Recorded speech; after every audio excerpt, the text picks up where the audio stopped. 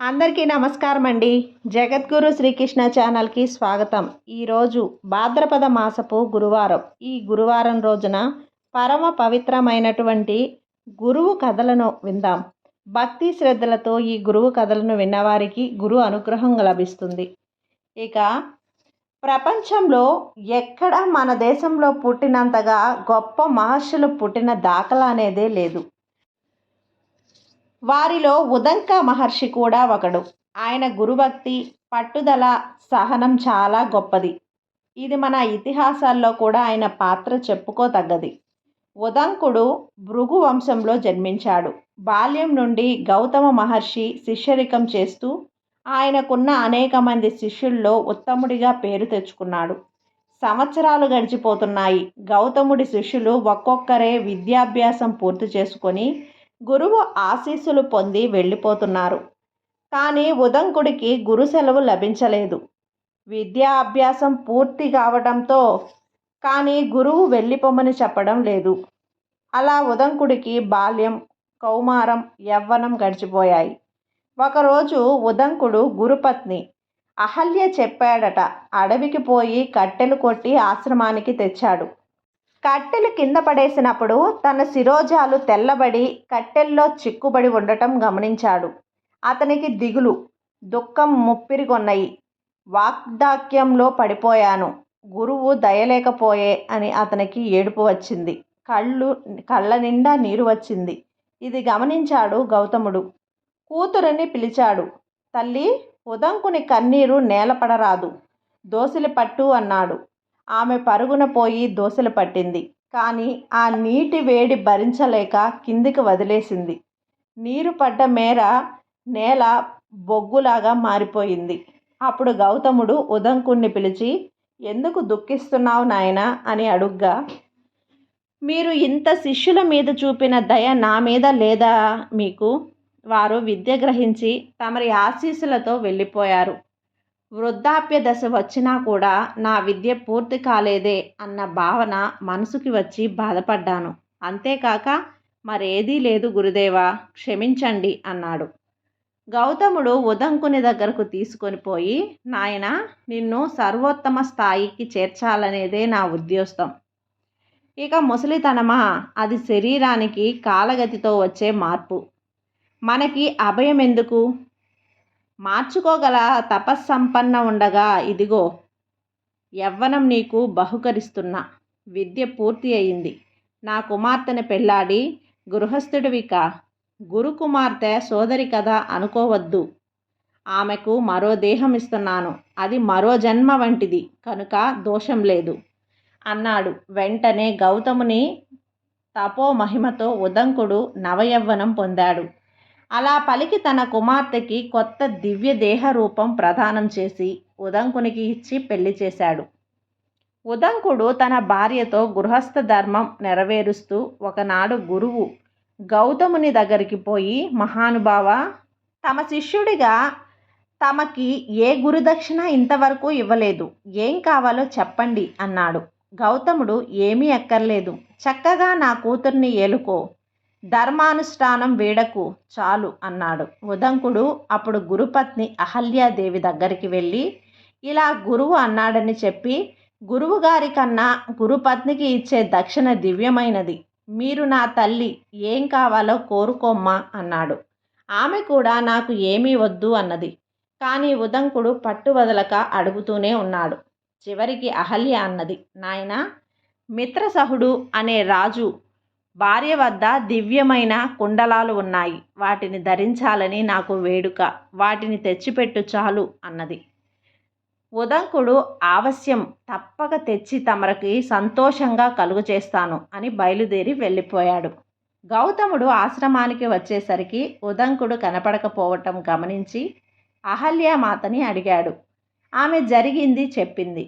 గౌతముడు, అయ్యో, ఆ రాజు శాపం వల్ల నరమాంస భక్షణ చేసే రాక్షస రూపంలో తిరుగుతూ ఉన్నాడు. ఉదంకుడికి కీడు చేస్తాడేమో అని కలవరపడ్డాడు. అహల్య కూడా భయపడింది. అతను మన బిడ్డ, అల్లుడు, శిష్యుడు. ఈ సంగతి తెలియక అడిగాను. ఎలాగైనా ఆ రాక్షసుడు బారి నుండి అతన్ని కాపాడండి అని గౌతముణ్ణి కోరింది. కుండలాలు తేవడానికి పోతున్న ఉదంకునికి దారిలో ఒక దివ్య పురుషుడు తెల్లటి ఎద్దుని ఎక్కిపోతూ కనపడ్డాడు. ఉదంకుడు ఆయన సాయం అడిగాడు. అప్పుడు ఆ దివ్య పురుషుడు, ఆ వృషభ వర్జితం తినగలిగితే నీకు కార్యసిద్ధి కలుగుతుంది అని దీవించాడు. ఉదంకుడు వెంటనే ఆ పని చేసి దివ్య పురుషుని అనుగ్రహం పొంది బయలుదేరాడు. దారిలోనే అతని మిత్ర సహుడు రాక్షస రూపంలో కనపడ్డాడు. ఉదంకుణ్ణి తినేస్తాను అని మీద పడబోగా ఉదంకుడు, రాజా, నేను గురుకార్యం మీద వచ్చాను, అది పూర్తి అయ్యే వరకు సహనం పాటించు, ఆ తర్వాత నేనే వచ్చి నీకు ఆహారం అవగలను అన్నాడు. అప్పుడు రాక్షసుడు, నీవు చెప్పే గురుకార్యం ఏమిటి అని అడగ్గా ఉదంకుడు కుండలాల విషయం వివరంగా చెప్పాడు. ఆ రాక్షసుడు తన భార్య మందయంతి కుండలాలు ఇవ్వడానికి మొదట ఒప్పుకోలేదు.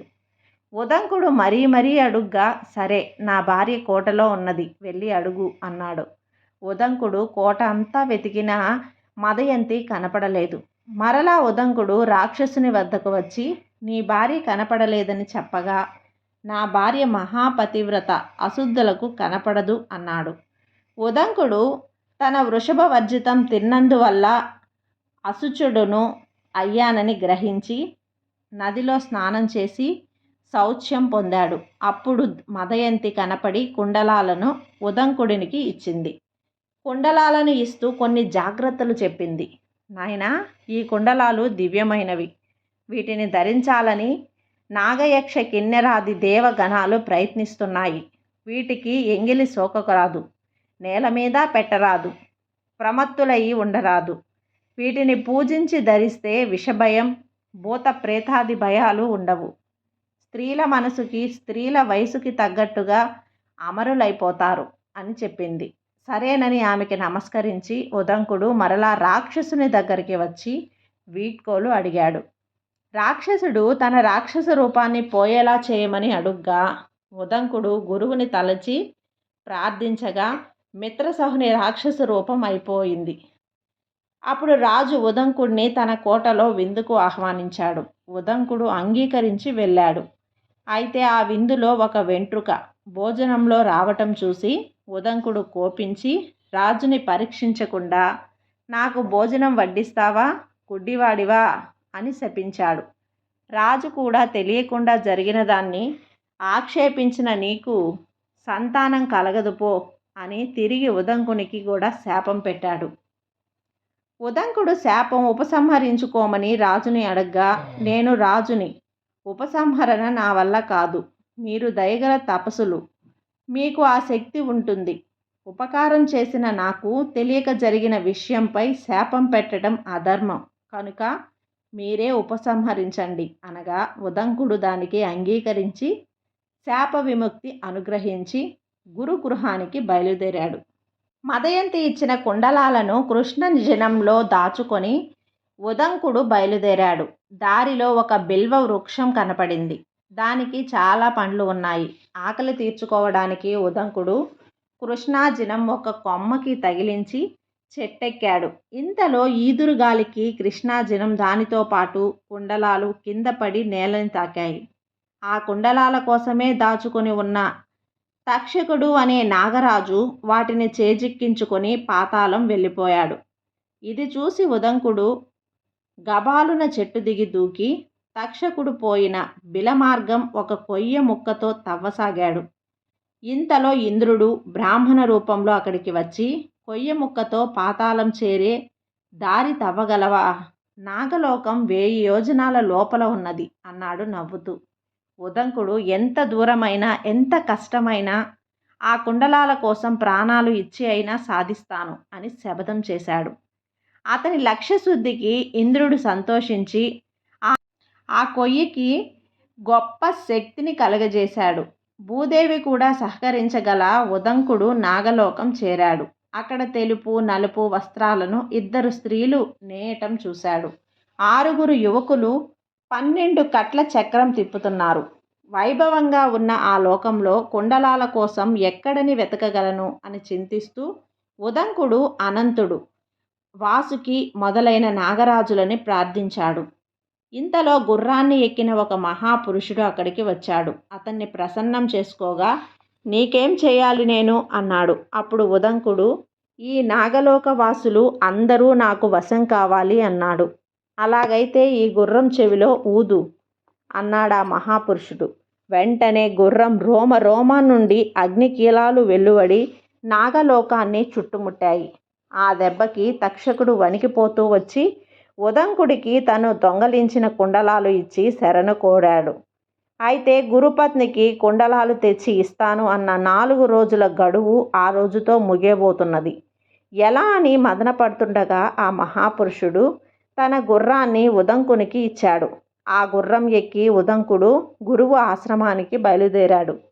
ఇక్కడ అహల్యాదేవి శుభ్రస్నాత అయి నూతన వస్త్రాలు ధరించి కుండలాలకై ఎదురు చూస్తూ ఉన్నది. ఉదంకుడు ఆశ్రమం చేరి గురుపత్నికి నమస్కరించి కుండలాలు ఆమెకి అందజేశాడు. గురుపత్ని అహల్య బహు సంతోషించి అతనికి ఆశీస్సులు ఇచ్చింది. ఇంతలో గౌతముడు అక్కడికి రాగా అతనికి పాద నమస్కారం చేసి జరిగిన కథంతా చెప్పాడు. గురుదేవా, ఆ వృషభాసన్ని ఎక్కిన వారెవరు? నేత నేస్తున్న స్త్రీలు, చక్రం తిప్పుతున్న యువకులు, గుర్రమెక్కి తారసపడిన పురుషుడు ఎవరో చెప్పండి, నాకు తెలియదు అని అడిగాడు ఉదంకుడు. అప్పుడు గౌతముడు అన్నాడు, నాయనా, ఆ వృషభం మీద ఉన్నది ఇంద్రుడే. వృషభవర్జితం అమృతమే. నేత నేస్తున్న వారు దాత విధాతలు. వారి నేస్తున్నది రాత్రి పగలుని ఆ యువకులు ఋషులు. వారు తిప్పుతున్నది కాలచక్రాన్ని. ఇక గుర్రమెక్కిన వాడు కూడా పర్జన్యుడు. గుర్రం అగ్నిదేవుడు. నీవు అమృతం సేవించినందువలన కార్యం జరిగినది. ఈ కార్యం సాధించిన మాకు ఆనందం చేకూర్చావు నాయనా. నీకు శుభం జరుగుతుంది. నీవిక ఆశ్రమం చాలించి గృహస్థుడు కావలే. ఉదంకుడు అట్లేనని తన భార్యతో దగ్గరలో ఒక ఆశ్రమం నిర్మింపజేసి అందులో ఉండసాగాడు. అనేక సంవత్సరాలు తపస్సు చేశాడు. అయితే ఉదంకుడు తక్షకుడు అనే నాగరాజు చేసిన కీడు మర్చిపోలేదు. అతను కుండలాలు అపహరించి తనని కష్టపెట్టాడు. ప్రతిచర్య చేయాలి అని నిశ్చయించుకొని తగు సమయం కోసం ఎదురు చూస్తున్నాడు. యుగం మారింది. భారత యుద్ధం ముగిసింది. పాండవులు, మనువుడు, పరీక్షిత్ తక్షకుడి వల్లే ప్రాణాలు కోల్పోయాడు. శృంగి అనే ఋషి కొడుకు చెప్పాడని తక్షకుడు రాజు అని చూడకుండా పరీక్షిత్తుని కాటువేసి ప్రాణాలు తీశాడు. ఇదే సమయం అనుకున్న ఉద్దకుడు పరీక్షిత్తు కొడుకు జయమేజయని దగ్గరికి పోయాడు. రాజా, నాగరాజా, తక్షకుడు నన్ను చాలా ఇబ్బందులు పెట్టాడు. మీ తండ్రిని చంపింది కూడా అతనే. ఇద్దరం అతని వల్ల కష్టాలు పడ్డాం. అతనికి తగిన శాస్తి చెయ్యాలి. అందువల్లే నీవు సర్పయాగం చెయ్యి. దానివల్ల అతను నశిస్తాడు అన్నాడు. జయమేజయుడు దానికి అంగీకరించి సర్పయాగం చేయగా కొన్ని కోట్ల సర్పాలు మంత్ర ప్రభావంతో అగ్నిగుండంలో పడి మరణించాయి. తక్షకుడు ఇంద్రుని శరణు కోరాడు. ఆ తర్వాత ఆస్తికుడు అనే మహర్షి జోక్యంలో సర్పయాగం ఆగింది. ఆ ఆస్తికుడు వాసుకి అనే నాగరాజు సోదరి జరత్కారువు కొడుకే. మరొక్క క్షణంలో అగ్నిలో పడబోతూ ఆకాశంలో వేలాడుతున్న తక్షకుడిని ఆస్తికుడు, తక్షకుడా వెనక్కిపో, యాగం ఆగిపోయింది అన్నాడు. తక్షకుడు బ్రతికిపోయాడు. బృహదాశ్వుడు అనే రాజుకి కువలాశ్వుడు అనే కుమారుడున్నాడు. తండ్రి కొడుక్కి పష్టం కట్టి తను సన్యాసం తీసుకుని అడవులకు పోయి తపస్సు చేసుకునే ఉద్దేశంతో ఉన్నాడు. ఆ సమయంలో ఉదంక మహర్షి బృహదాశ్వుని పద్దకి పోయి, రాజా, మధుకైటభ్యుల కొడుకు దుందుడు అనేవాడు బ్రహ్మ వరాలు పొంది లోకపీడకుడై సముద్రంలో దాగి ఉన్నాడు. అతను శ్వాస వదిలినప్పుడల్లా సముద్ర తీరంలో ఉండే పల్లెల్లో ప్రాంతాల్లో తుఫాన్లు వచ్చి అల్లకల్లోలమవుతున్నది. నీవు అతన్ని చంపి ప్రజలకు ఆనందం కలుగజేయి అన్నాడు. బృహదాశ్వరాజు, స్వామి, నేను అడవులకు పోయి తపస్సు చేసుకోవాలని అనుకుంటున్నా కనుక నా కొడుకు కువలాశ్వ కుమారుని ఆ కార్యం నిమిత్తం పంపుతున్నాను అన్నాడు. తండ్రి ఆదేశంపై కువలాశ్వ కుమారుడు సైన్యంతో దుందుడిని చంపడానికి బయలుదేరాడు. గొప్ప యుద్ధం జరిగింది. ఆఖరికి కువలాశ్వ కుమారుడు బ్రహ్మాస్త్రం ప్రయోగించగా దుందుడు మరణించి లోకశాంతి జరిగింది. ఋషులు కేవలం తపస్సేగాక ప్రజల శుభం కోరి కూడా పనిచేస్తారు అనడానికి ఇదే ఒక ఉదాహరణ. ఒకసారి కృష్ణుడు ఉదంక మహర్షి ఆశ్రమానికి వచ్చాడు. శ్రీకృష్ణుడు రాయబారం యుద్ధం గురించి చెప్పుకొచ్చాడు. యుద్ధంలో లక్షల మంది యోధులు చనిపోవటం విధి నిర్ణయం అన్నాడు. ఉదంకుడికి చిరుకోపం వచ్చి, అంతా నీ వల్లే జరిగింది, నీవు తలిస్తే యుద్ధం జరిగేదా? నీవు దొంగ వాసుదేవుడవు, దీనికి నిన్ను శపించగలను అన్నాడు. శ్రీకృష్ణుడు నవ్వుతూ, అట్లే చేయవచ్చు, నేను చెప్పేది వినండి. ఈ సృష్టి సమస్తం నాలోనిదే. నేను అలాగే సృష్టి వస్తువు ప్రతిదానిలో ఉంటాను. సమస్త నిర్ణయాలు నావే, నా వల్లనే జరుగుతాయి. దుష్ట శిక్షణ, శిష్ట రక్షణ నా కర్తవ్యమని మీకు తెలియదా అన్నాడు. ఉదంకుడు లేచి శ్రీకృష్ణుడుకు నమస్కరించి, ఈ కోపం తెచ్చిపెట్టుకున్నదే, నిన్ను ఎలా శపించగలను? నీ అవతార పరమార్థం నాకు తెలియను, దయవుంచి మీ విశ్వరూప దర్శనం అనుగ్రహించండి అనగా శ్రీకృష్ణుడు ఆ మహర్షికి విష్ణురూప దర్శనం ఇచ్చాడు. ఉదంకుడు ధన్యోస్మి, ఇక చాలు అనగా ఏం కావాలో కోరుకోమని కృష్ణుడు ఆయన్ని అడిగాడు. ఉదంకుడు, ఇక్కడ జలం దొరక్క ఇబ్బందులు పడుతూ ఉన్నాము కనుక నీరు అందరికీ లభించేటట్లు అనుగ్రహించమన్నాడు. అటులనే నన్ను తలవగానే నీకు నీరు లభిస్తుంది అని కృష్ణుడు అదృశ్యమయ్యాడు. ఒకనాడు ఉదంకునకు నీరు అవసరమై శ్రీకృష్ణుణ్ణి తలచాడు. ఇంతలో ఒక మాలవాడు దిగంబరంగా కుక్కల వెంట రాగా చెమటలు కక్కుతూ అక్కడికి వచ్చాడు. తన దగ్గర నీళ్లు త్రాగమన్నాడు. ఉదంకుడు అతన్ని కసిరి కొట్టి వెళ్ళిపోమన్నాడు. ఆ మాలవాడు ఎన్నిసార్లు ప్రార్థించినా ఉదంకుడు వినలేదు. అతను మాయమైపోయాడు. అప్పుడు అర్థమైంది ఉదంకునికి, ఇది విష్ణుమాయ అని. శ్రీకృష్ణుడు రాగానే, నీవు మాట తప్పావు, జలం ఇమ్మంటే మాలవాళిని పంపావు, ఇదేనా నువ్వు నాకు ఇచ్చిన వరం అని అడిగాడు. శ్రీకృష్ణుడు నవ్వుతూ, మునీశ్వర, నీకు నీరు లభించలేదా? చేయమని ఇంద్రుణ్ణి ఆదేశించాను. మాలవాణి రూపంలో వచ్చి ఆయనే అతను ఇవ్వబోయింది అమృత జలాలను నీకు వద్దన్నావు. సరే, జరిగింది సరే. ఇక నీవు జీవించినంతకాలం పిలవగానే వర్షాలు కురుస్తాయి. ఆ మేఘాలను ఉదంక మేఘాలు అని జనం పిలుస్తారు. నీవు నీ తపస్సు పూర్తి చేసుకొని మోక్షం పొందగలవు. నీకు శుభం అని శ్రీకృష్ణుడు వెళ్ళిపోయాడు. తర్వాత ఉదంకుడు చిరకాలం తపస్సు చేసి భక్తి జ్ఞాన వైరాగ్యాలతో మోక్షం పొందాడు.